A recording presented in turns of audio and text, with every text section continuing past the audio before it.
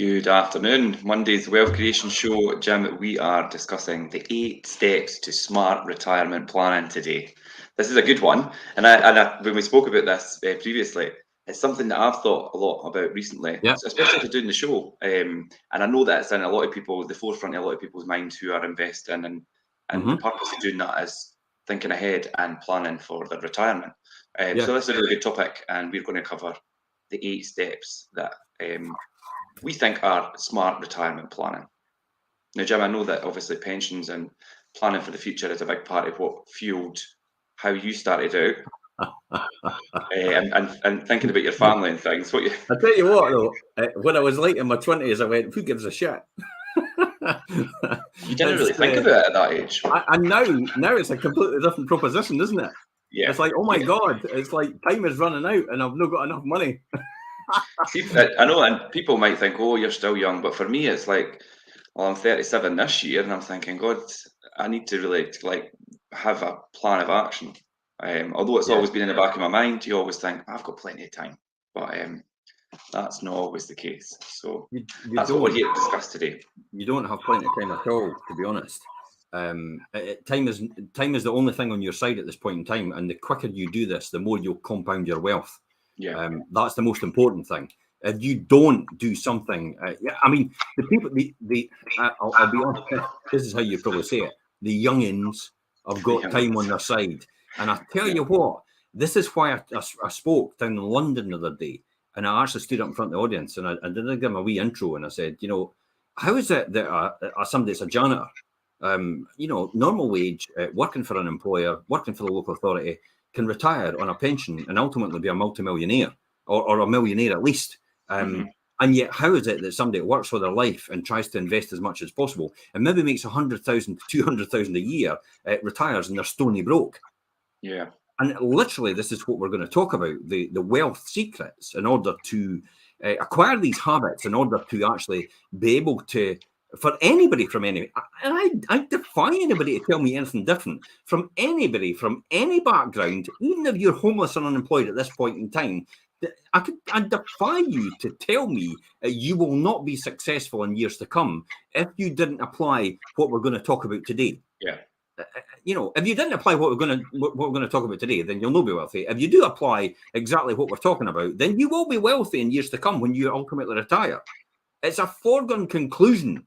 It is literally, building wealth is like making a cake and baking a cake. You put the egg in, you put the flour in, you put the milk in, you stir it all, and you spend all this time and doing it on all these certain proportions and that, and you get the finished product exactly how it's expected. What we do as people in our society, just as general population, is the problem is life gets in the road. Yeah. And then we go, I tell you what, I'll just leave the egg out. I'll just leave in case you think you're on a cookery show, by the way, we're on a wealth creation show for the people on TikTok, because they're all joining. It's like, what's this all about? We're not cooking, are we? We're talking about how to create wealth, and we're talking about an analogy. And if people actually say, I tell you what, I don't want to do that bit, I don't want to do this bit, I maybe just want to do a wee bit of this bit, and then they wonder why, how come I'm not a millionaire when I retire? Because you said I would be. And it's like, guess what? You never did everything I told you to do. You left the egg out, you left the milk out, you decided to put some less of the flour in, and you got a different cake. That's why. Yeah, definitely. I mean, it's never too early to start planning for retirement, and it's because it tends to kind of creep up and hit everybody suddenly. And there is plenty to think about when you're thinking about doing your plan for retirement, and there's a lot to actually do and implement to get you to that place. And when you reach retirement, be in a comfortable place and able to live. So yeah, like you say, Jim, but if you approach it maybe logically and quite methodically, it's actually not that hard to plan, and then obviously put that into action. So that's what today we're going to cover, our 8 steps, and that is the smart retirement planning steps. So I think firstly we'll talk about, I mean, what will you actually do when you retire? You need to think about what you actually want to do. And I think retirement for everybody is maybe about trying new experiences, or maybe like people want to travel, or people want to take up certain hobbies and things. But this could all cost maybe a considerable amounts of money to do that, to go places, to do things, to take up new hobbies. Even doing like community activities and even volunteering and things as well, or spending more time with your family, which is an important thing. But there's always a financial side and cost to all of these as well. So that's what you need to really think about. What is it I actually want to do when I retire? And then have that in your mind as your motivation to building wealth to allow you to retire and do that. Mm-hmm. Yeah, absolutely. I would say so. Yeah. Yeah, I think, and I think as well. Sorry, what will I do when I retire? Again, literally, it's what I'm doing now. Yeah. It's a standard joke. My father did this as well. It's like it's a standard joke. Let's have a retirement party, and everybody go. Is this not the third one? It's effectively that's what it is, because you never truly retire. You just get the choices because you've got the money now to choose to do what you want to do when you want to do it. And because the world's now your oyster, it's that's the key here. You can choose to do what you want to do. If you want to go on holiday, I mean, I was sitting thinking, Perry's watching the announcer, we're going, oh no, another holiday. I was looking at the weekend, and I was like, Earth, Wind and Fire's playing at the Venetian in Las Vegas, and I'm like, and it's in October, and I says to Elaine, why do we not just go? And Elaine went, funny enough, we've not got anything on in October. and literally, we were on, and I was looking at flights and that. I goes, do you think we should just do upper class? And it's like that's the sort of things. That's the sort of thing you can't look. Perry's going, oh no. I'm laughing at Perry's comment. Literally, and it's like, well, wait a minute. I'm trying to time it. I'm thinking, how am I going to fit in my work? So we're going to go for 10 days to Las Vegas in October. I'm not saying we're going, by the way, Perry. So don't worry. But we can go for 10 days, and then we're back a wee while, and then we're away out to Miami, and then off to Necker Island for 2 weeks.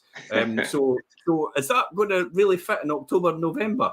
But that's literally what we're going to talk about, and this is what you want. It's what do you want to do when you retire?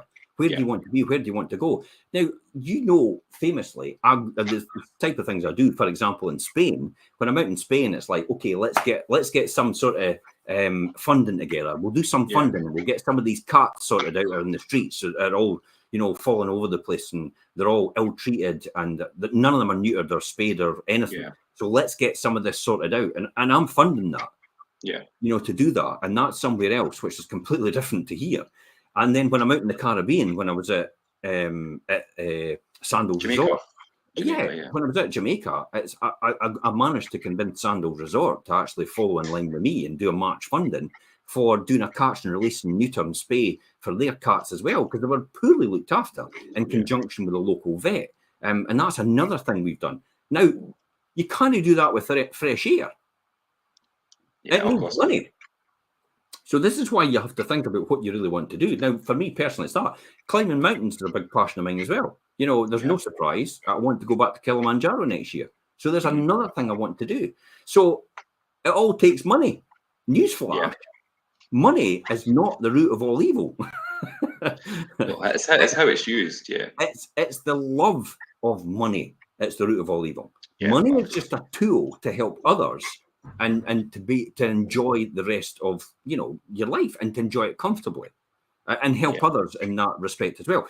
A big thing for me was charity, giving back to the community, giving back to charity, and always wanting to be in a position where somebody would say, we really need this, it's for somebody, it could be life-saving surgery and it could contribute towards that, and I'd go, no bother, I'll hit that button and I'll contribute the rest towards that event. Look at the landlord situation with the funding that we're doing for the taking the criminal taking the Scottish government to court with the landlord. Yes. So look at the funding.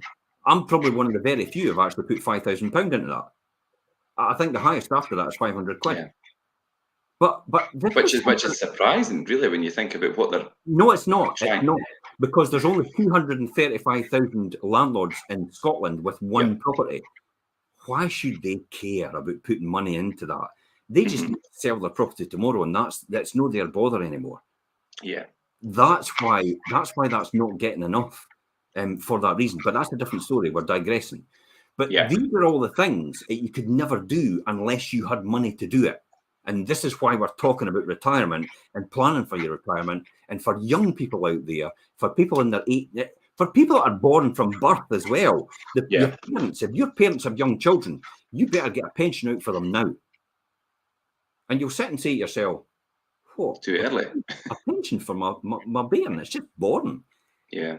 If you knew the compounding effect of what the eighth wonder of the world, which was this compound interest and compounding, the eighth wonder of the world, Warren Buffett, the Oracle of Omaha says, and it truly is, because if you start really early, that wealth will compound to millions later on.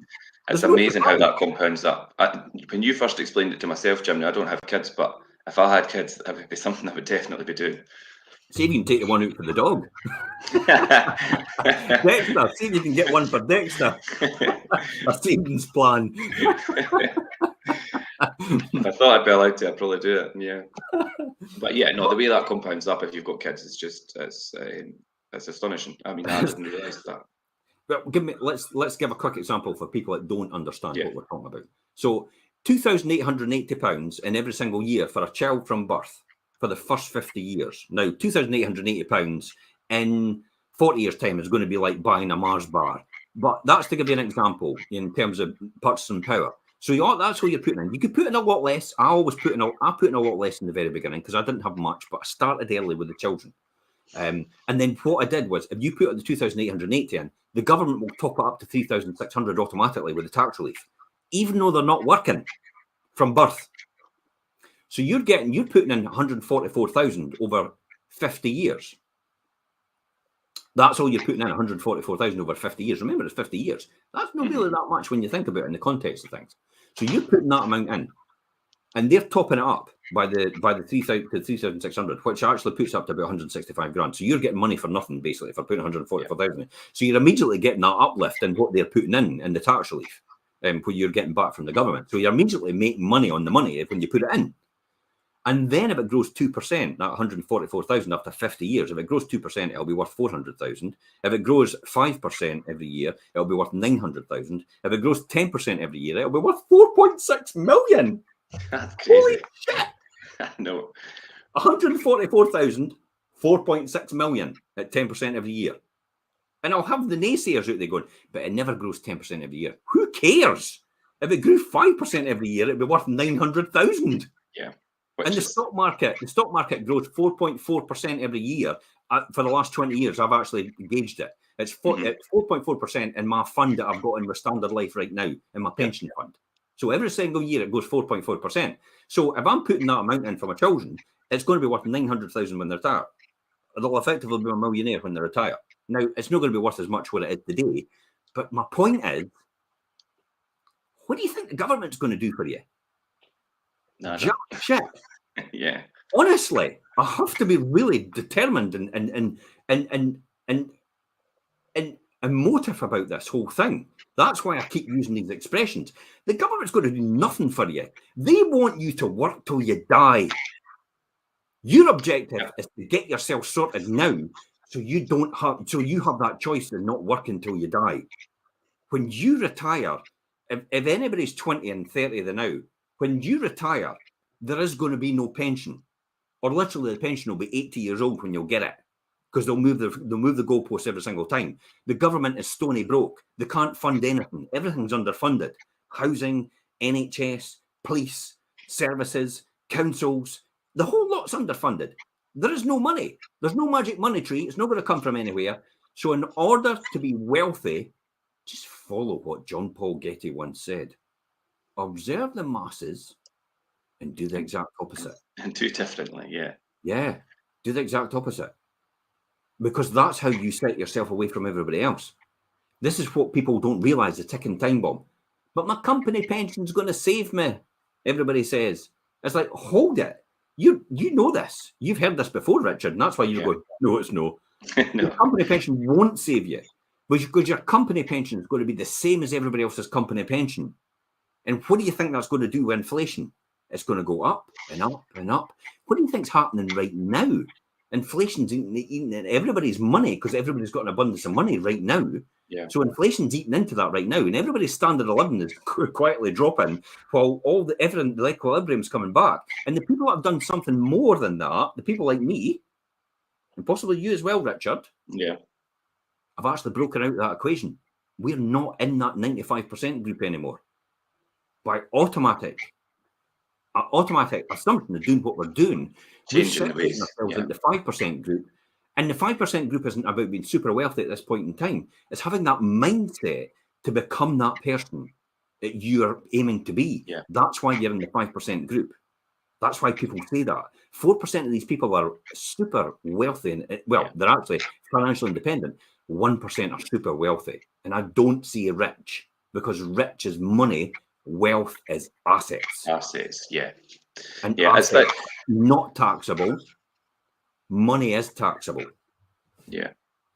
And you mentioned there, Jim, about standard of living and things. And we talk about, obviously, what people want to do when they retire, and whether it's obviously hobbies and traveling and all these different things. But some people may just want to retire and put their feet up. But you're obviously likely still wanting to keep that standard of living that you've got at the moment, and still be able to spend and buy things and maybe have a wee bit more everyday luxuries, or maybe eat out a bit more, or enjoy your retirement and live comfortably. And in order to do that, you need to have the money. Standard Life estimates that in order to have a night out every month, eat out, maybe have a couple of holidays a year, you will have to retire on an income of £38,000 right now a year. In order to have a £38,000 income every single year, then you have to have a fund, because I think essentially if it's maybe 20 years, if you're going to retire at 60, you're going to last about 25 years. So 25 years times 38,000, your fund is going to have to be close on $1 million. You're going to have $1 million at least in a pension by the time you retire if you're wanting to live on 38,000 for the next 25 years. Now, I know for a fact the average income or average pension is round about the 30 to 50,000 pound people have got in their fund when they retire at this point in time. You've had it. Ian and I was looking at universal credit this morning to live on universal credit. It's literally, for a guy, it's like me, just on universal credit, 95 quid a week. What? That's God, that's nothing. I've lost that right now.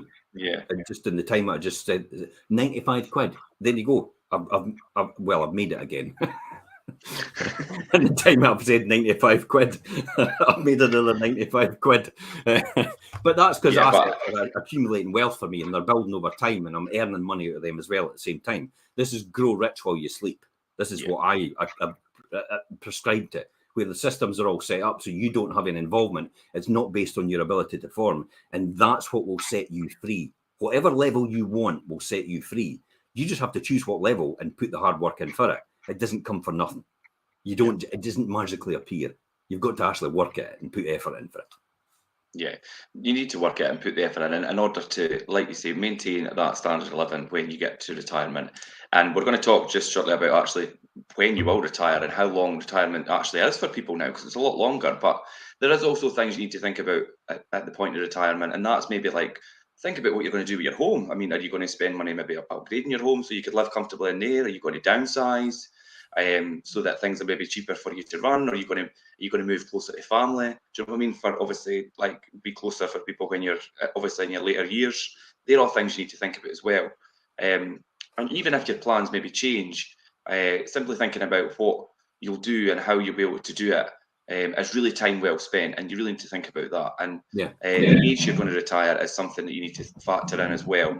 If you want to retire early, which I'm sure everybody does, or you may be lucky enough that you'll have many years when you'll actually be retired and be able to actively travel and be able to spend your time in retirement, then that's something you need to think about as well. So the next one for me is when you actually will retire.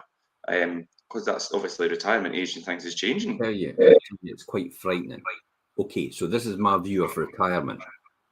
When I was taught, when I was younger, when I first met my mentors about 35 years ago, they used to ask me, when will you retire, Jim?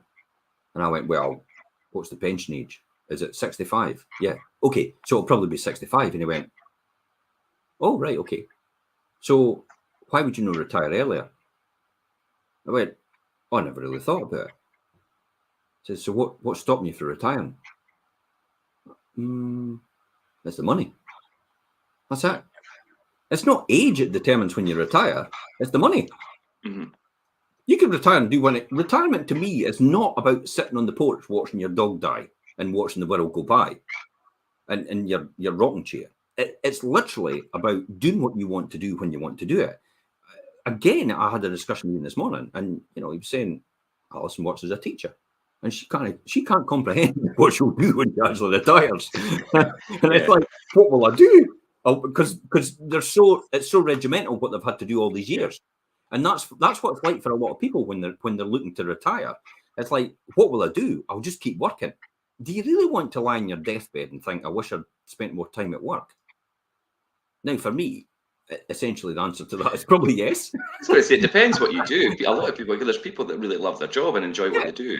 This is work, right? This is work to me.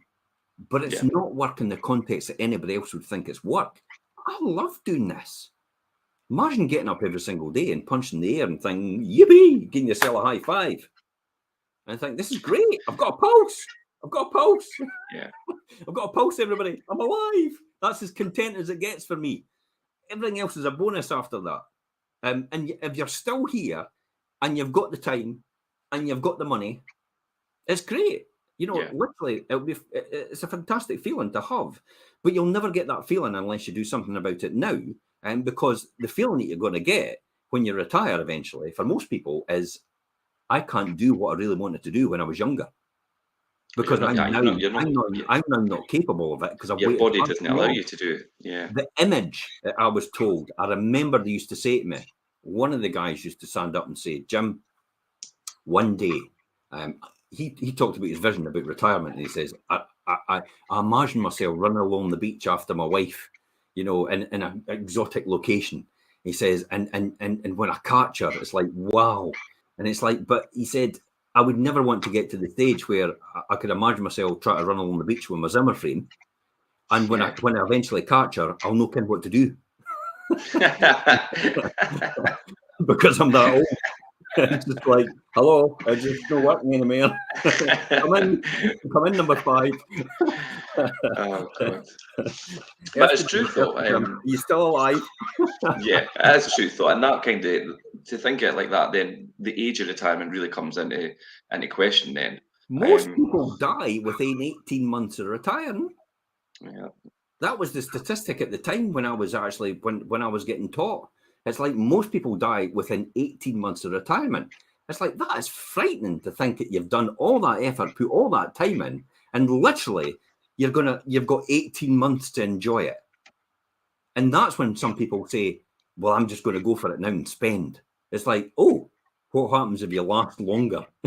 Yeah. And you've no money left. Which, obviously, in today's day and age, people are living longer. Retirement age is like the term that you're retired for is much longer. Yeah. I mean, in terms of retirement age, for a lot of people, the age of retirement might be a personal choice if they're lucky enough to do that. Some can't wait to retire. There's others who maybe hope to never retire, like yourself, Jim. You love what you do. You're maybe, do you know what I mean, to actually retire and switch off completely. In the context of things, Richard, I know exactly what you mean, but let me just tell you when I retired, according to everybody else's version of retirement. Yeah. It was 38 years old, where I stood with a group of people round about me at ESA Macintosh, while the managing director, Willie McCall, wished me luck on my journey. And as I said to him, I responded back to everybody and says, I've got mixed emotions, joy and happiness. Yeah. Literally. That was the day I was set free forever. Because of the 10 years, probably more than that, about having to think about it beforehand, before I got started. I wish I'd just got started and gone with it. It would have been a lot quicker. But that's the good thing about the blueprint now, that everybody knows. It's just like, this is what you should do. You can get it a lot quicker rather than have to do what I do, which took a lot longer. The 10 years that I put in the time and effort and literally burnt the candle at both ends in the middle. But I tell you what, I got temporarily ambitious to be permanently lazy. Mm-hmm. That's all you need to do. Yeah. Just get out there and do it. Build something. A side hustle is great. A lot of people actually think, oh, I've got to leave and do something separately. No, do a side hustle. Side hustle. Property investment was perfect for me. I just kept it on the side. I just kept doing it on the side till it got to a point where it's like, holy shit, that's earning 6 times more than I am at a financial controller, and I'm spending all my time, and yet that's 1.5 days a week. This is a no-brainer. It's time to leave work. Yeah. And actually go and do what I need to do. There are a lot of people that are kind of in between the completely retiring and the working thing, and they sometimes look to do maybe like part-time working things, and it's usually people self-employed. Now, technically, Jim, you are self-employed because it's you run your own business and you choose what you work. I mean, obviously, I know you do work full-time, but people do choose to just kind of work part-time for and end up easing themselves into that situation of retirement, because, like you say, some people think, I'm going to retire. What am I going to do? Difficult to transition. The transition is extremely difficult. Where are you now in assessing your financial situation? Now you've got a clearer picture of what your retirement looks like. The next steps to work out what you currently have, what you might have to be available once you actually retire. Collate all these other investments and savings that you all think about, the individual savings accounts that you've got. The factors like you can factor in things like inheritances you may receive. I mean, do you know when they did a survey, they actually said they picked a whole survey and they did about 1,000 people, and they said, what was it? How do you think you'll become wealthy? And most people actually said they'll win I'm hoping to win the lottery. Well, you've got 1 in 15 million in becoming wealthy. Okay, so what's the next best thing to become wealthy? Oh, well, I can inherit it. All right, okay. So who do you want to die? I know. And the next one was, I might actually run my own business. And for me personally, I'd say you should get off your arse and just go and do that as number one. Do that, yeah. No, I'm not advocating people to hate their job. I loved my job. I would still be in manufacturing today, but I worked out my hourly rate in manufacturing, and then I worked out about what I was making in property investment. And if I've only got 160 hours in the week, I know where I'm going to spend them. Yeah. I'm not going to spend it doing somebody else's job and getting that, but it was a great stepping stone to allow me to survive. And that's what provided for my living, and my side hustle provided for my lifestyle. Yeah. And that's where you understand over a period of time.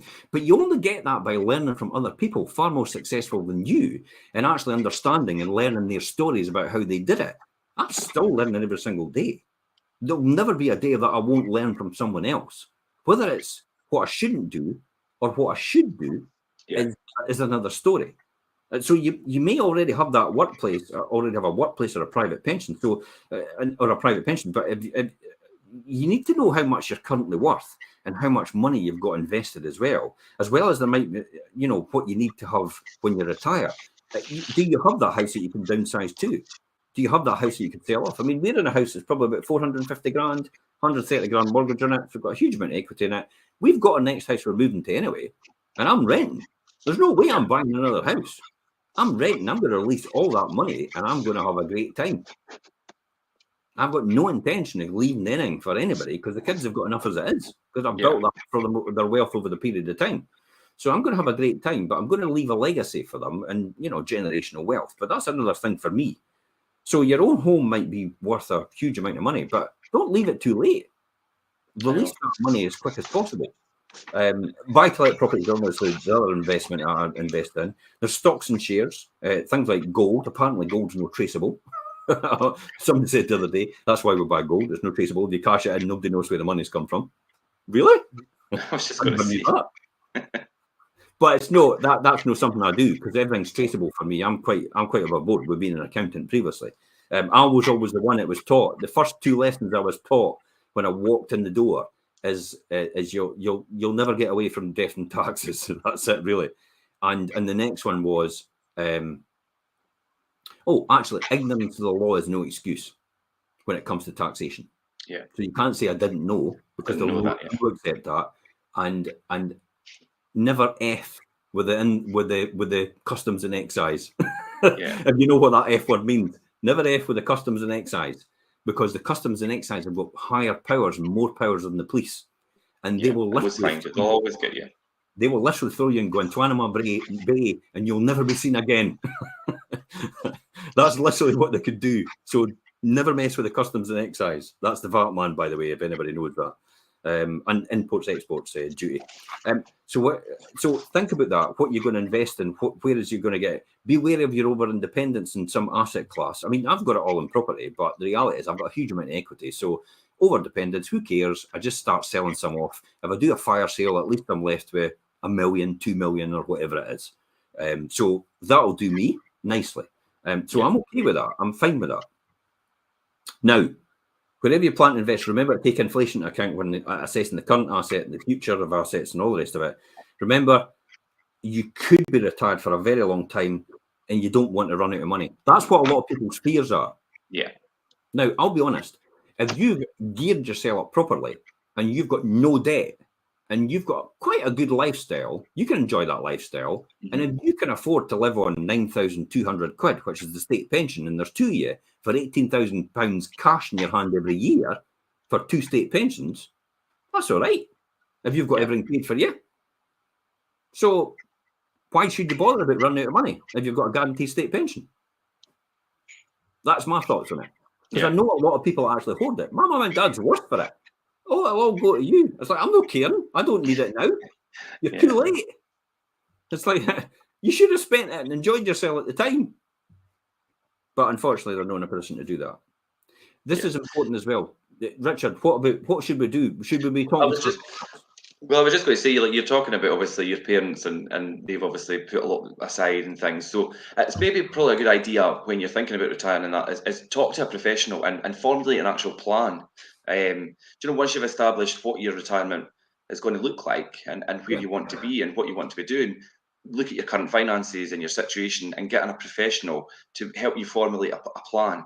And that's always a great idea because then you know what you're working towards, you know what your capabilities are going to be at that time, and maybe what your spending power is going to be, and how much money you're going to have to last you, and for how long potentially. I mean, you're never going to know exactly for how long, because obviously that's why it's important to speak to an independent financial advisor, and I would say an IFA is probably essential here. You've also got financial planners as well, which you would speak to work out exactly what you want to do and where you want to do it. There is ready reckoner tools on things like your current pensions with Standard Life and that anyway. So that's why I know it's about 38,000 to live this luxurious lifestyle. But then they forecast say to get 38,000, you're going to have your fund with that. And then your age just now, you're going to have to put X amount in at this growth rate in order to get that. And that X amount isn't sustainable for me in the way that works. So I just look on the principle that if that's not sustainable, then you know, I need to do something else which leverages my position a lot better and gives me a higher return than what it is. I've told this story before, and I'll tell you again.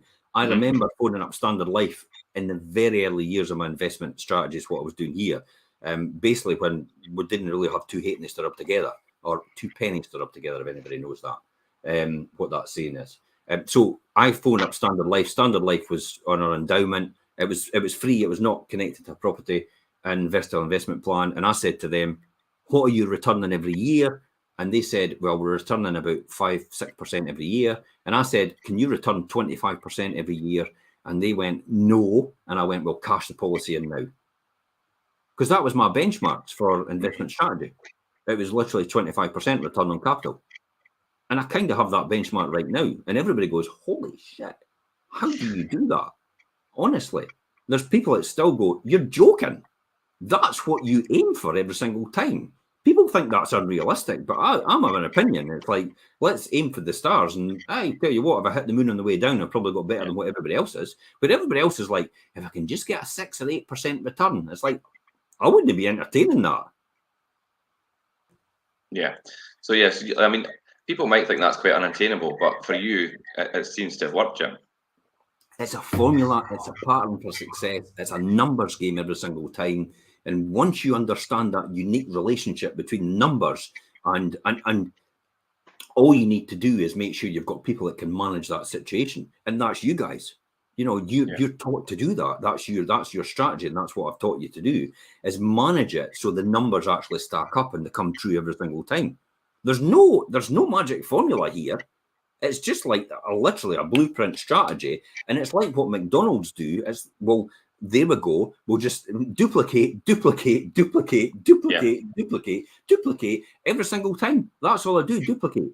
And if you can do that on mass scale, and I have given the go-ahead to buy the 30 properties I'm buying, it's just right now, literally 5-10 minutes before we came on. It's a pattern for success that works every single time. So my investment in this strategy is going to be, I think, and this is just me, I'm going to invest £75,000, and in 20 years' time, I will amass 1.9 million out of that. That's all right, eh? That's a good return. Yeah, that is all right. Yeah, of course it is. But yeah, I'm going to go, holy shit, that's too good to be true.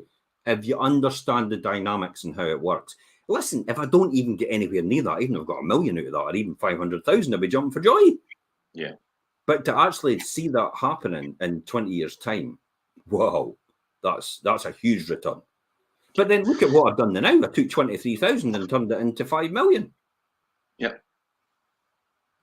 So I could do it again on a quicker scale, easily. Yeah. So, people need to think about working out what their investment horizon is going to be, and how long they're going to invest for, and how much maybe income they're going to need, or how long they're going to need it for, and will their current investments, if they're doing it, cover it, or do they need to obviously expand and grow or duplicate, and like you said, let that compound up.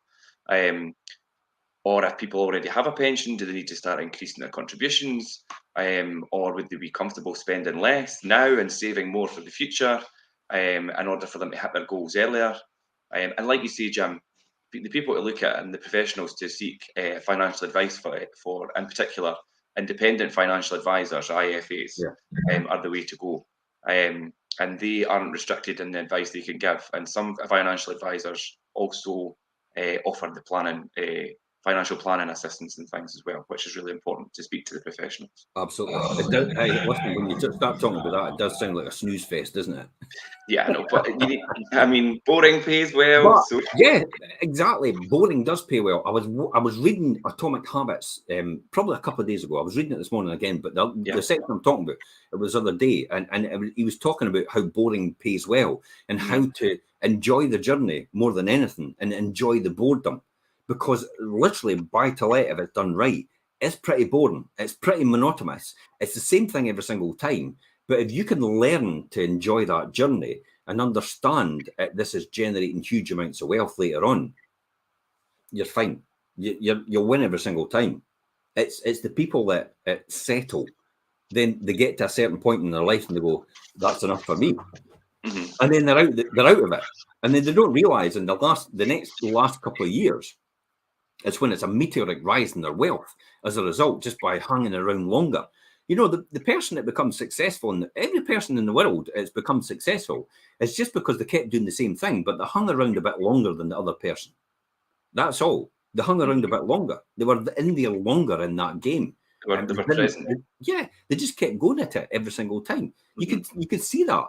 People like Ed Sheeran, people like Jeff Bezos, people like Richard Branson. It's like they think there's some magic formula.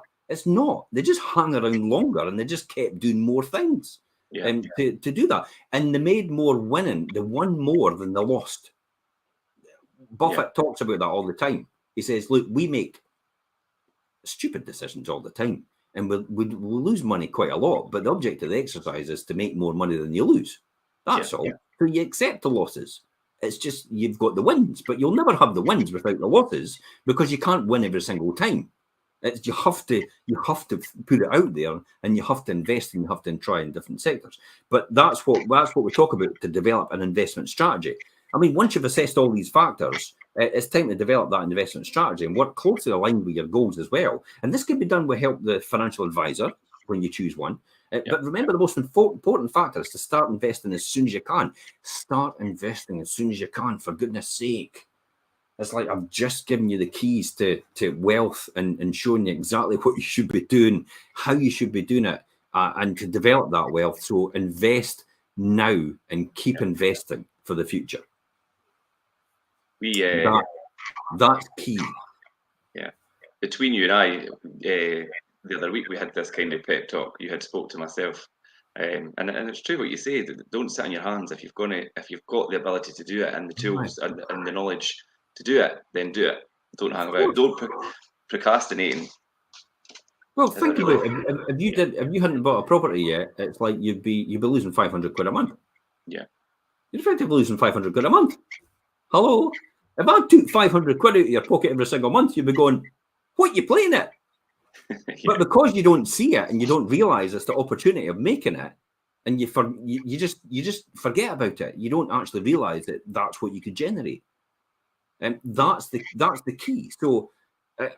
There's other ways to do this. You know, if you're risk adverse, if you don't want to invest in property, because property is a medium to long term game anyway.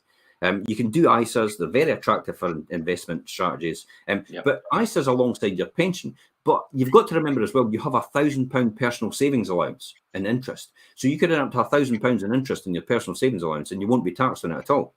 Mm-hmm. Everybody's got that. So is ISAs really important? They're absolutely necessary. You could just go for a standard, instant access deposit account if it gives you the same rate of return, and you get instant access without having to tie it up in an ISA. Yeah, that's another one as well. Yeah, and the big advantage of pensions is you can get tax relief on contributions up to 65,000 now. That's a huge difference, and plus the fact there's no limit anymore on what you could actually have your lifetime limit. Apparently. That £1 million has disappeared now, and it was to encourage all the doctors to stay. So that's why we've been given all that generous benefits. Yeah, and there's also what about your capital gains tax and income for capital gains and things as well? I mean, is that something that? Yeah. You're exactly right. Income tax, capital gains over time. From the age of 55, you'll be able to access your money. In terms of your pension, anyway, you could take up to 25% of your pension tax free. Further withdrawals, you could even have a SIP where you could have your self-invest pension when you've got in commercial property and other ventures. You potentially have capital gains on property, but that could be mitigated over the years with proper tax planning. John actually says something quite important here. When do you cash in your investments, and when have you accumulated enough? That's a difficult one. It's when you think you're. I mean, for me, I think I would be happy with anything. The money was never important to me. It was the money and the wealth is a benchmark of where you are, and it's just a key indicator. The reality is, the majority of the wealth will go to someone else anyway, and it will be my family. It's like, and it will be, I am currently the caretaker, if that makes sense. I'm just the caretaker of these assets. These assets will pass on to my kids and generational wealth later on. So I'm getting the luxury of getting income out of the now, and as I want, but with the ones I'm buying the now, the 30, it's like I have got a plan. I have got no plans to take any income out of that for the next 20 years. That because I don't see any need to have any more money. Yeah, it's just to make sure I've got enough wealth to pass on. And then there's other plans as well. It's like, do I set up a foundation? Because it's something I was always, I give probably over 100,000 over the last 5 years to community charities and events and stuff like that. So I've given that to them, and we've all given that as part of Fife Properties as well. So you've taken part in that as well. But then how much is enough? Well, I think there's only enough you can make. It will allow you to live comfortably, and the rest is just for show. Mm-hmm. And I'm not a show person. But I do believe if you can generate that income because you have knowledge and expertise in that field, then my answer to you, John, is you go out and make it and give it to the people that need it the most. That's probably the best advice I can give anybody. And I got that advice from Lions Rock, like Born Free Foundation. Mm-hmm. When Tony asked them, my daughter, I want to work with you voluntary for the rest of my life and work with the lions, the tigers, and the sanctuaries and that. They said to Tony, look, you're going to be an accountant. We would rather you actually went to become an accountant and earned money and then gave us that money if you want to do something to help us. Because we can get volunteers anytime we want. But what we can't get is money, which is needed to do that. So we'd rather you went and became a qualified accountant, earned that money, and gave us some of that money And to help assisted us them that way, yeah. rather than working with us. So Yeah. that's what was the most important thing. So if you think you're tapped out and you're happy doing what you're doing, but you know you could earn more money by simple steps of doing something else, then go out and earn the money and give it to people that need it. Yeah, and that kind of marries in nicely with step 6, which is implementing a plan, and that's all part of somebody's plan. Like part of your plan is obviously what you're doing just now, and then working towards, like you say, potentially maybe your foundation and things. And Tony's plan, like you say, was she did want to volunteer, but then maybe it's shifted now, and she's maybe going to end up just putting money into that cause because it's something that's relevant to her, and that's all part of her plan. We all do. We play the Animal Sanctuary lottery. And every time I win an Animal Sanctuary lottery, I go, "Yeah, I've won!" It's like, just give it back to the It's like, I love winning, but I don't need the money, so I just say, just put it back to Jacob Ridge. Just spend it on the animals. That's it. No interest in it. I just want to play it just to give back. So I think that's the most important thing. It's probably the biggest thing ever anybody will ever get, is the opportunity to give back. And it makes you feel a lot better about what you do, and it gives you the choices. Actually, classic example about, me being a mentor for a young person, and that's a voluntarily thing for me with MCR Pathways. Me being a wish granter or a wish visitor for Make a Wish Foundation. So getting involved with them as well, but putting my own time and my own efforts. They tell you, but claim your expenses for your travel and everything like that. It's like, I'm not claiming my expenses. It's like, keep the money.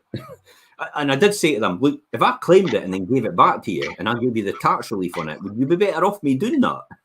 Because I was working more money with the money I was claiming.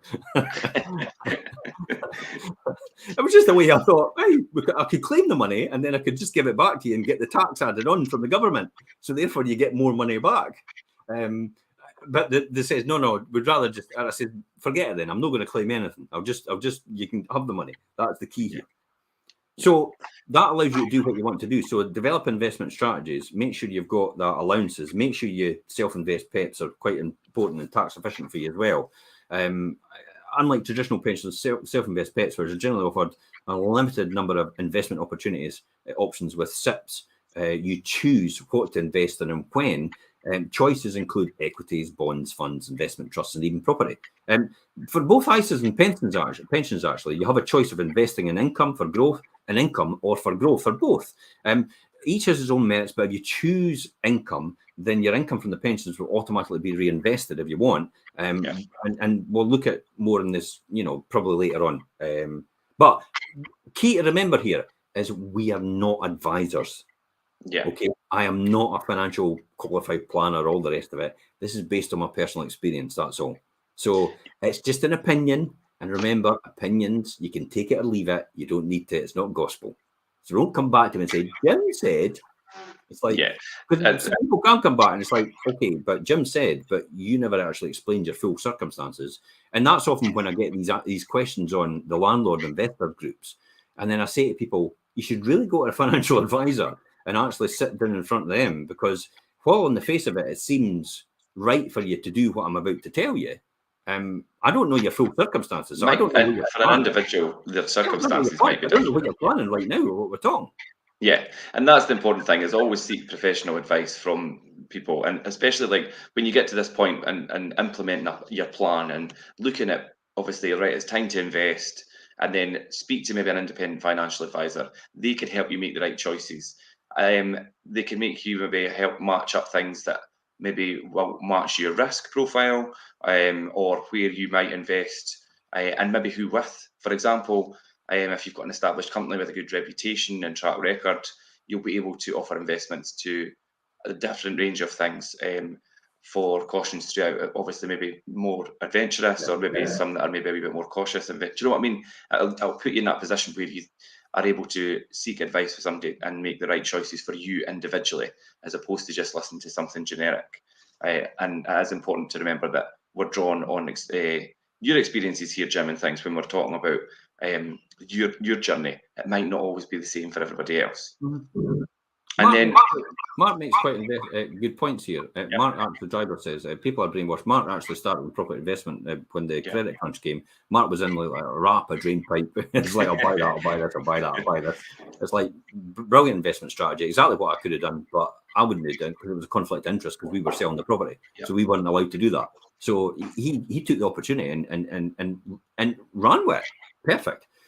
So he talks about brainwashing. People were brainwashed with figures. Many showboating their items. Items are the reason for people things. He also goes on to say people actually need to say they can start with nothing and achieve what they really want. This is a classic example, Mark. Actually, this is a good one.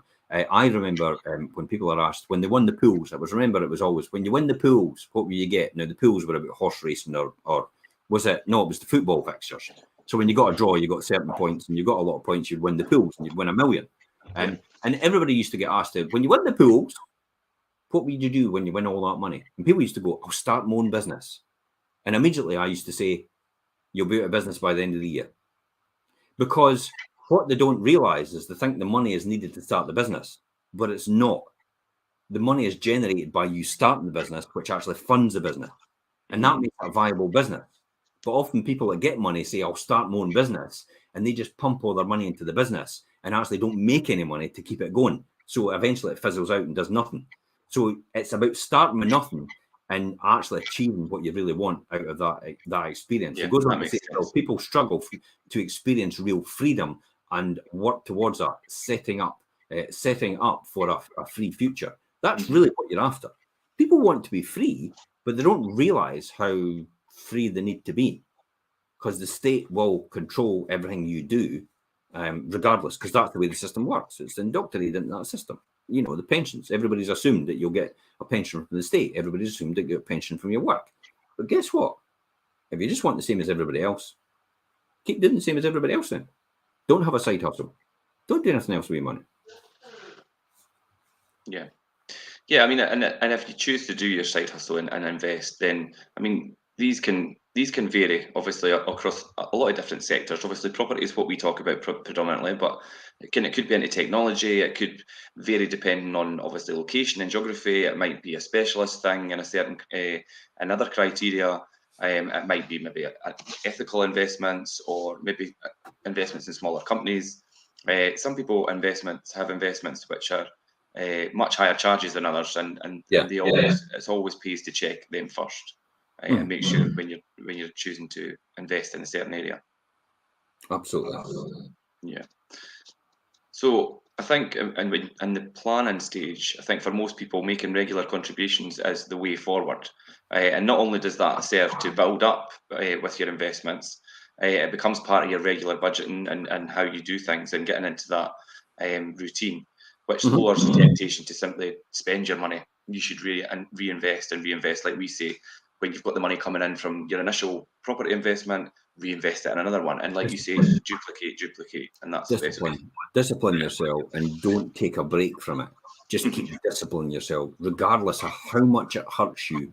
That 1 extra month or that 2 extra months that you put money in when you can't really think, you can't really afford it, is your discipline and your consistency, which will set you free later on. You have to realize that.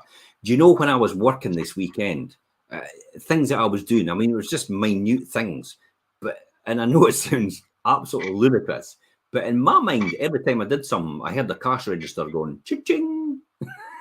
It's like, in my mind, every time I did something, I just heard cha-ching, cha-ching, cha-ching. It's like, and I don't know what it was, and I'm not getting instantly rewarded for that, by the way. What I was doing at that weekend, this will be something that happens in a year of 18 months' time. You just know that extra time that you're putting in constantly will pay off in the long run. Yeah. This is like me putting the seeds into the ground as a farmer, and actually growing the seed and nurturing the seed and watering the seed over time, and therefore it reaps the reward with the harvest later on. And it's that farmer mentality you've got to do when you're actually implementing this plan and putting it in place for eventually for your retirement. But remember, retirement is not about age; it's about money. So get out of that mindset thinking, when I retire at 65, no. You can retire anytime you want. The only thing that's stopping you is money. Yeah. And that's when somebody on universal credit goes, well, I'm retired now. It's like, well, 95 quid a week's not going to help you much. No. But then I was going to touch on there. What your thoughts on maybe like obviously lump sum contributions, possibly your pension or things, or we spoke earlier about people being able to kickstart with investments. Maybe they've got maybe they've had an inheritance or a windfall, like you say, the lottery and things. That's it's usually better to invest wisely straight away when you've got money or a lump sum, rather than to spend it obviously over a period of time. Would you say put it in and then start? That's with a your lump sum? It's exactly what you're saying. It's when you get money, it's what do you invest in first, and then what you got left to spend. Yeah.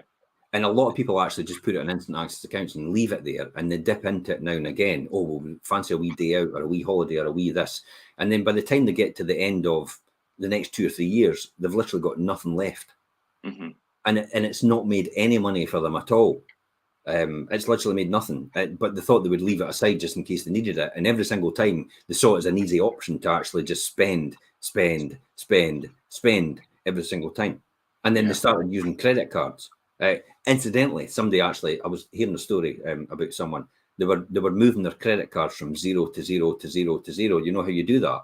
Yeah. And the banks caught up with them and said, actually, we're not letting you move this time because we don't think your credit ratings are very good now because you've moved them all the time.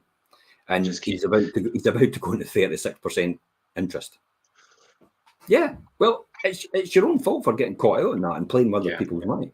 This is why it's important to make sure you're hedged in your financial future. If you were going to do something like that, you should have made sure you at least had the money lying about somewhere else, invested in something else, making money for you somewhere else, so you can do that. That's the classic example of my offset mortgage. You know, my offset mortgage, base rates went up 0.25%, and I went, yippee! And I went yippee because my mortgage rate goes up for my house, but I've got an offset mortgage, and that means more of my debt gets paid down because base rates have gone up and my offset mortgage goes up. But my interest, because I've got an offset against the mortgage, so I've got the full amount offset against it, I pay no interest at all, but they still insist that the interest element actually goes down against the capital completely. So when base rates went up, I went, yippee, I'm making money. Or I'm saving money. Make more money I would have in a deposit account or in an investment account. And then I'll wait till the right time comes along and then I'll invest that money in something else that can give me a higher return. So see how that works? Yeah. Make money on the money, on the money. And on the money, on the money, on the money. You could literally just recycle the cash and make money on it every single time with the same amount of money. That's how you do it. Also, just lastly on this section here, you talked about SIPs earlier, Jim, and I mean, you can make regular lump sum contributions into your SIP that kind of suit your budget and things, depending on the circumstances, and you can stop and start contributions into that as well whenever you want, and then obviously you could keep paying into your SIP till obviously I think up to about 70, 75 if you choose to. Yeah. So do you think, is that something that you think? I mean, personally, I've never had a SIP. No, I know. Well, I was just going to say, I'm not a big fan because I didn't think you were. I don't want to self-manage my investment in terms of my pension. I don't want to self-manage. A lot of people actually say, "Oh, but you can lend it to your company and you can lend it back and all the rest of it." And I'm like, "Oh, I don't. That is not what I do. I've got a fund manager that looks after my pension at Standard Life, and he does it very well. And I pay him 0.75% of my pension net worth at the end of the year in admin costs. I couldn't care less what happened. You know, that's that. I don't invest in a SIP because I looked at all the charges and I still can't justify the charges involved in having to run a SIP and the time that I have to put aside to get in that. Now, some people out there will go, I'm making money on my SIP, I'm doing this and I'm doing hustles here and hustles there. And then I look at them and go, actually, you're worth a lot more money doing something else somewhere else. Doing all that time, you could get a better return with your time doing this than actually fannying about with your SIP. Yeah. And going onto social media and getting loads and loads of likes and dopamine hits from people saying, oh, that's fantastic. How fantastic are you? To hell with that, eh? That's like, I've got no interest in having likes for anybody. I'm not remotely interested. In fact, you can put some angry faces because it gets me more traction.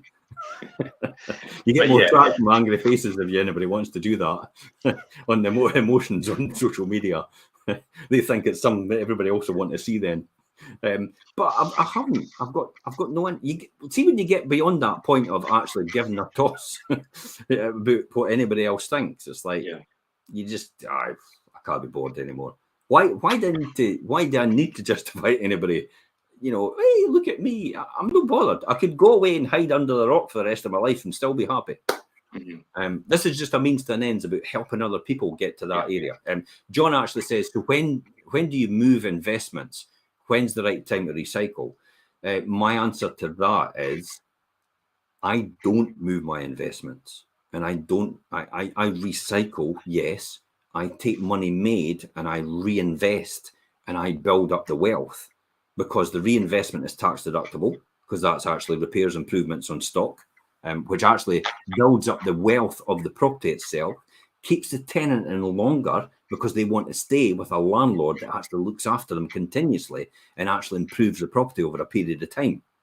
And that then accumulates the higher value. But I've still got a lot of income coming out every single month. So if I decide to say, I tell you what, I'm not going to keep doing that strategy anymore, then that money keeps flowing in. And I could take that out if I want, but it's in limited company. So you can actually take it out as dividends. So you're taxed at the rate of 25% on the limited company profits. But then when you take the dividends out, you're taxed at the I think it's 8% or something like that. So overall, it's about 33%, which is about marginally correct as to what you earn in your employment. But then you don't pay employers' contributions on dividends either. yeah. So that's you're probably saving that as well, employer contributions and employer pensions as well, because it's an investment rather than actually have someone employed to do it and work for you to earn that investment. So houses are great because houses don't talk back to you. They're material fixed that you can touch them. You can touch them. They're not like Bitcoin, which is in the atmosphere somewhere. It's like, what is it today? Oh, it's 1500. It's like, what is it tomorrow? Oh, it's 1700. Oh, look, my wealth's gone up. But your wealth's only going up if you actually materialize it. If you actually do it. So I'm not a big fan. I'm a big fan of recycling cash. I'm a big fan of putting cash in and reinvesting. And that's exactly what I'm doing with this next project I'm doing with the 30 properties. But I'm not a big fan of moving investments. I don't. If it works, boring pays well. Yeah. I mean, that brings us nicely. Step 7 is monitoring your plan and having and keep an eye on what you have put in place. And I mean, however or whenever you invest, the more you put in and the earlier you put it in, then the longer time period you have it has to grow. And that's all part of your plan, Jim, when you set out to do property investment, was how much you put in, how long you let it grow, and then your plan obviously reinvest, and how you duplicated that over the years to get to where you are just now. Yeah, absolutely. It's literally just duplication, and when you think you're not done enough, duplicate again. Yeah. And then the compounding efforts and the wealth that duplicate as a result of duplicating just keeps going up and up and up. Yeah, and I like if it's your pension that you're thinking about, pension providers obviously give you your statements and things to keep an eye on how that is moving forward. Along with obviously what projections and things of what you might get when you retire from your pension. So that's keeping track of your plan. Always keep track of your investments and ensure you are reaching your key goals. So have these benchmarks and things that you know that you're wanting to be hitting, and make sure you're getting them and getting to that point. But do think on the long term and resist the urge to keep chopping and changing. And if you found something and it works, stick to it. As you say, Jim, all the time, stick to your knit. And if you know how to do something and it's working, keep doing that. And in most cases, time in the market is better than the timing of the market, or rather trying to time it. So even if the savviest professionals frequently get it wrong, then, I mean, it does happen to people. You do get things wrong. But over time, you may well want to transfer maybe to different funds and things if you're doing shares and stocks, or if you're pension. But I mean, that's on an individual basis, I think, and it's different for everybody. So you do run a risk with changing your appetite for things, and I think it's important to stick to something if it works.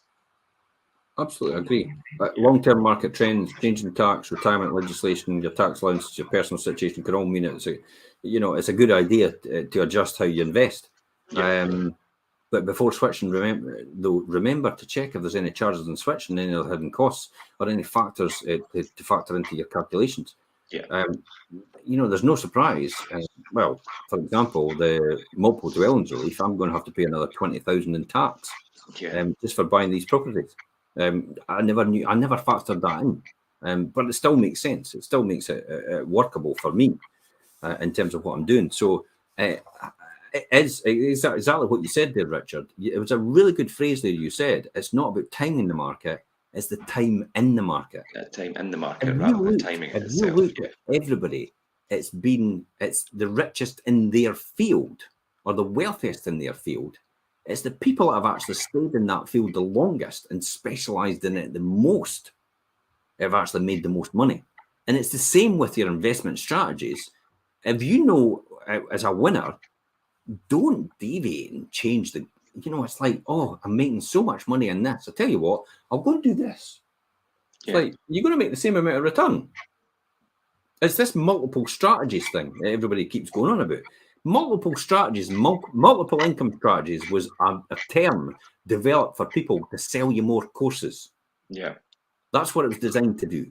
When somebody comes, if a trainer or a guru or a furu, I call it, a fake guru, comes out of their mouth, and as soon as it comes out of their mouth, multiple income strategies, it's like run for the hills. Or be very, very cautious, because multiple income strategies is not a thing I would say you should be doing if you're just starting out, or if you're maybe a short way into your journey. You shouldn't be doing everything to everyone. You should be specialising in what you do really well and be the best at it. That's where all the wealthiest people have actually been created, because they've specialised and been the best at that. Yeah. And then take the money you make out of that, and then invest it in your passive investments. Mm-hmm. I specialise in a estate agency. I don't do letting agency now, do I? No. And I've never done that for how many, 6-7 years? Yeah, about a good 6-7 years now. You've kind of So I don't have anything to do with letting agency ever again. I don't have anything. You run all that.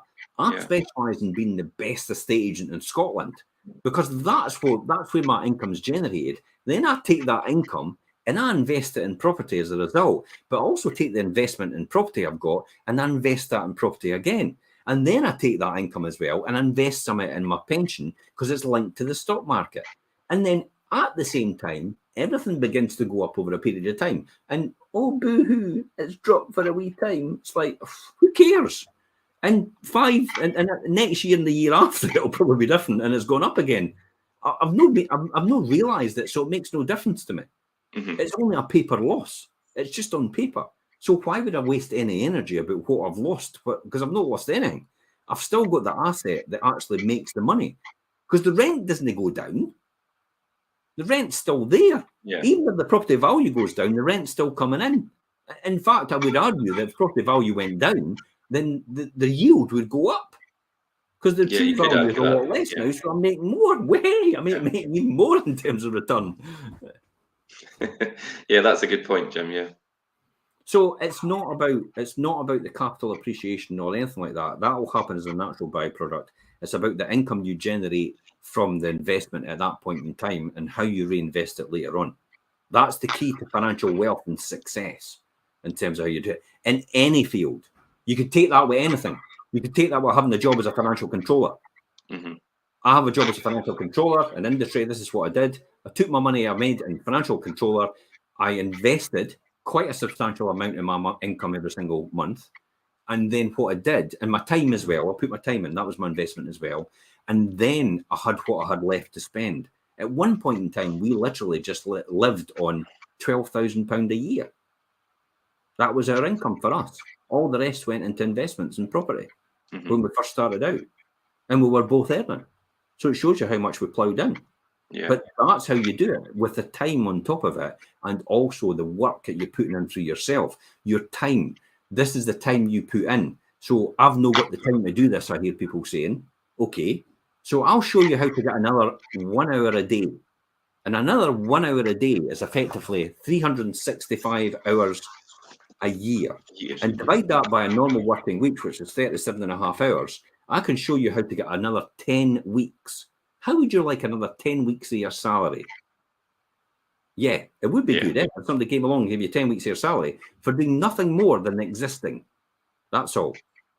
All you need to do is get up early, half an hour, go to your bed early, half an hour late, and use that hour to be productive in what you want to achieve and what your side hustle is.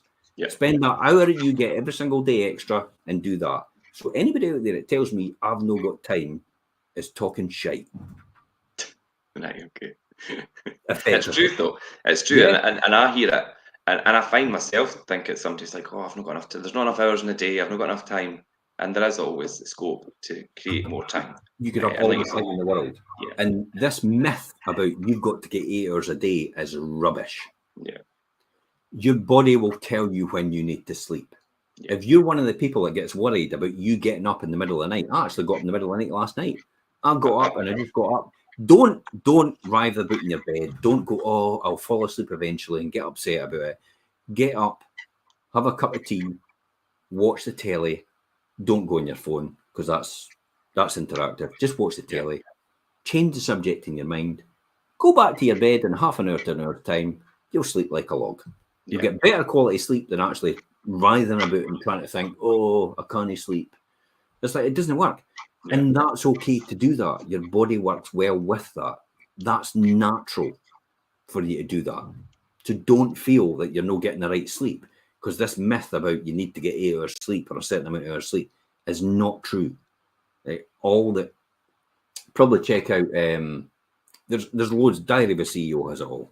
That's probably one of the best channels where you get all the information from people who are successful in the field. Anyway, let's get on to the final chapter here. Yeah, because we're going to finish up with the final step. And step 8 of these smart planning is planning for all circumstances is the last one. And as always, expect the unexpected.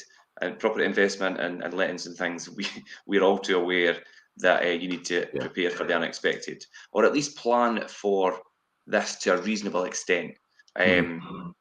So first, early retirement or health issues or family circumstances, or maybe you have to end up caring for somebody that obviously in your family or somebody you love, and all of these can crop up on you unexpectedly, and they can mean that you might have to reassess what you're actually doing in terms of saving for your retirement, as well as when you actually might have to retire.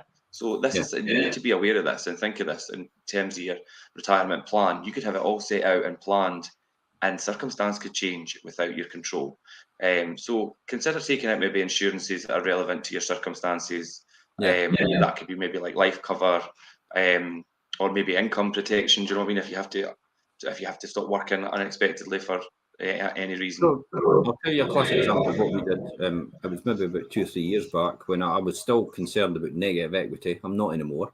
But I was still concerned on a certain amount of our properties, because we had a really good lending at the credit crunch, and then all of a sudden the prices never recovered. But they've recovered now, and I'm okay. I don't need it now. But we took out a 10-year on 600,000 because I thought if anything happens to Elaine, I'm goosed. That 600,000 exposed. So we just took the 10-year out and on a life assurance policy, and that's fine. And that was to de-risk it. And people will go, well, wait a minute, it's 100 quid a month, it's 1,200 quid a year. But the thing is, it's like I could be saying I can give 1,200 quid a year, but if I didn't have that 600,000 cover, and anything did happen, and Elaine did, it's a well-known fact. I mean, my friend basically got out of his bed one night and had a massive stroke, and the next day they switched the machine off, and that was 55-year-old. Yeah. It's like he was fine. It's like just woke up 3 o'clock in the morning, couldn't speak, fell out his bed, rushed into hospital, machine off, dead. Just like that. So that teaches me is if you want to take that type of risk, go ahead. But I'm certainly not taking that risk. And the price paying for that in order to not take that risk is far better than actually taking that risk and throwing caution to the wind, because that's not a figure I would like to have to pay off in a one-up, because the mortgages are in her name. That's the reason why. And easily I could take them out of my name. That's fine. But I would rather have that in place.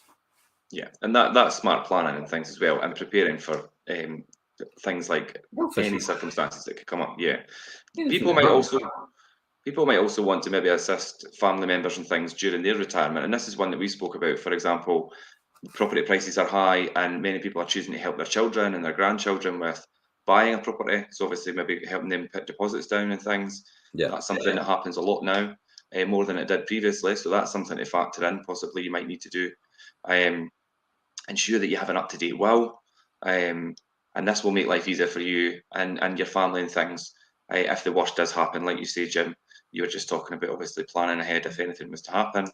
And it also leaves you. Just before we jump on that, good news ahead, because you did stimulate my discussion there in my mind, is watch your property prices go up in the flats now, because the Skipton building site has brought you 100% mortgage for renters.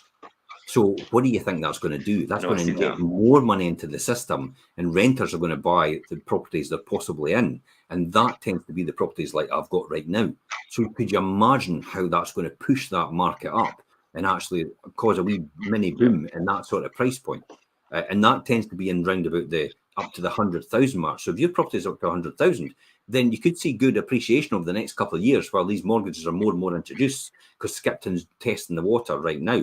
And if it works well for them, then the banks will come out and start selling these products as well. Because at the end of the day, banks don't care. They just want to sell you a product. Literally, the bank is your landlord. That's what happens when you get a mortgage. The bank is your landlord. All you're doing is paying a wee bit of capital, and they're giving you the option to buy later on. Because you really don't own the house right now. It's actually the bank that owns it, because you've got the mortgage on it. Mm-hmm. They've got the mortgage on it, and you've got security on it as well. So anyway, that digresses. But I'm just, I just thought I'd throw that in there. But if you've got, but I was just going to say, if you've got substantial assets like property and things, then inheritance tax will be an issue. So you need to think about that as well.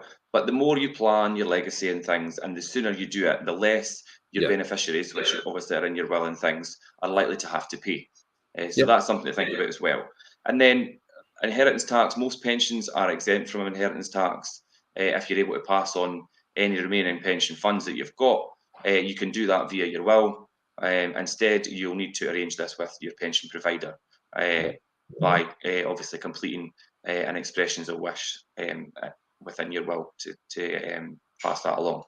If you're fortunate enough to have any left when you do finally go from your retirement fund. And that brings us to the end of the 8 steps, Jim. Yeah, absolutely. Thank goodness for that.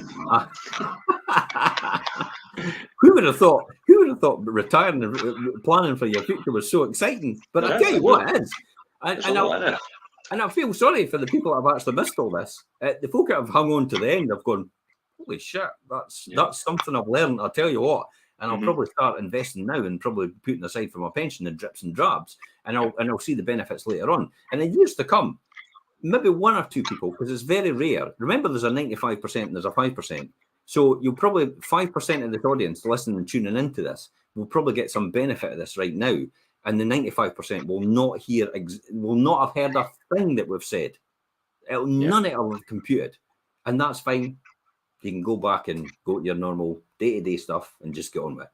At the end of the day, like my mentor used to say, somebody's got to wash my car. Yeah. But no, that's good. And I did notice there's a few people that have hung on for the duration of that. So you are in that small percentage, and I hope you have learned something today. And thanks for watching. You can catch us on the reruns, and you could also, of course, catch us next Monday at 12:30 on the Wealth Creation Show as usual. And that's us, Jim. Thanks, everybody. I'm going to end there for this. Gary's takeaway will be regarding the kids' pensions. Yeah, definitely. Oh my God, do it now, because I'll tell you what, it'll be a huge difference to your kids from later on. They will not realise the impact of this, but later on they'll look back, even when you're gone, they'll look back and think, wow, my dad did this for me, and made sure I was financially able to retire early, or earlier than what the government thought as well. And plus the fact is then your children will learn to do it for your grandchildren. And see how that works, and the grandchildren learn to do it for their great-grandchildren and all the rest of it. And then the family has now established a thing, a pattern, a habit within the family culture that they all invest for their children's future. And they all invest a small proportion in their children's future rather than just blowing it all and just enjoying and throwing caution to the wind, which is what 95% of the population actually do. Yeah, but that's good, Gary. If you're going to implement that, then you could be the start of that trend in your family unit. So there's something you've learned today. So. But for God's sake, do it. Didn't just tell do you. it. Yeah. Get on the phone the day on a pension provider and say, look, I'm wanting to take out pensions for my children. I want the lowest admin fee. This is the equities funds I want to invest in, and just do something rather than nothing, because you're getting money back from the government every time you put it back. Every time you put something in, up to the lower rate, up to the basic rate allowance, which is up to 2,880, and then they top up to 3,600. Or if you put in less, they top up the extras. Anyway, that's it. Bye-bye from us. Thanks, and Jim. I'm going to put a couple of questions for TikTok, and we'll just tune off in here now. Okay. Thanks. Bye.